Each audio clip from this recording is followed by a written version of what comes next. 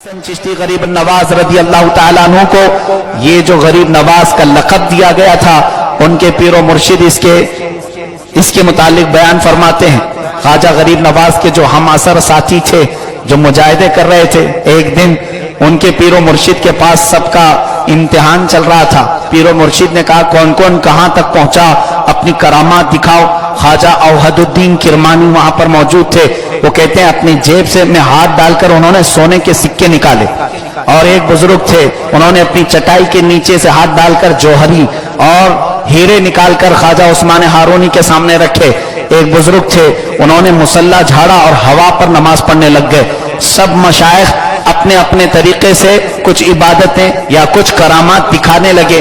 اسی میں غریب نواز معین الدین حسن چشتی بھی تھے۔ پیر و مرشد نے کہا معین الدین تم بھی تو کچھ بتاؤ، تم کہاں تک پہنچے؟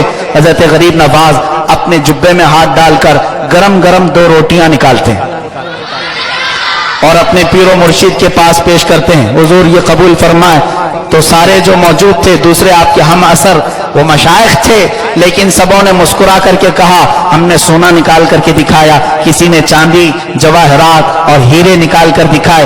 غریب معین الدین حسن چشتی انہوں نے تو صرف روٹیاں، وہ بھی گرم روٹیاں نکال کر کے دی ہیں۔ بہرحال محفل چل رہی تھی خواجہ عثمان ہارونی کی، پیر و مرشد کی خانقاہ میں سارے مشائخ بیٹھے ہیں۔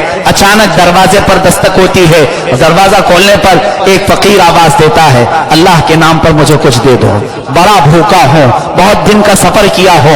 حضرت خواجہ عثمان ہارونی نے اس فقیر کو اندر بلایا، کہا آ جا۔ اندر بیٹھنے کے بعد اور سارا جو سونا نکلا ہوا تھا کسی ایک بزرگ کے ہاتھ سے، وہ اسے پیش کر دیا، یہ سونے کے سکے ہیں، لے لے۔ فقیر کہتا ہے میاں اس کی ضرورت نہیں ہے، پیٹ میں بھوک لگی ہے، سکے کہاں سے کھاؤ؟ اس کے بعد آپ نے وہ موتیاں پیش کی، چاندی اور ہیرے۔ اس فقیر نے کہا پیٹ کو سونے زیورات کی ضرورت نہیں، آپ کی گود میں جو گرم روٹیاں ہیں اس کی ضرورت ہے۔ خواجہ عثمان ہارونی نے وہ دونوں روٹیاں اٹھا کر کے دی اور کہا اے مشائخ وقت دیکھو، تم سبوں نے اپنی کرامات سے جو نکالا وہ برحق ہے، لیکن معین الدین نے جو نکالا یہ غریب نوازی کی اعلیٰ شان ہے۔ اسی دن سے آپ کا لقب غریب نواز رکھا گیا کہ معین الدین حسن چشتی رضی اللہ تعالیٰ عنہ کو ہمیشہ اس بات کا خیال رہا ہے کہ اللہ تبارک و تعالیٰ کی مخلوق اور میرے آقا صلی اللہ تعالیٰ علیہ وسلم کی امت پریشان نہ ہو۔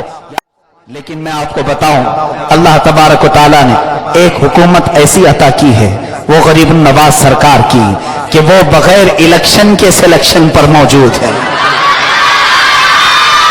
ان کو لوگوں نے، مخلوق خدا نے الیکشن کے ذریعے سے اپنے ہند الولی کا لقب نہیں دیا، امام الہند، معین الہند، سلطان الہند کا لقب قوم نے نہیں دیا، یہ رب ذوالجلال نے عطا فرمایا ہے۔ معین الدین حسن چشتی غریب نواز رضی اللہ تعالیٰ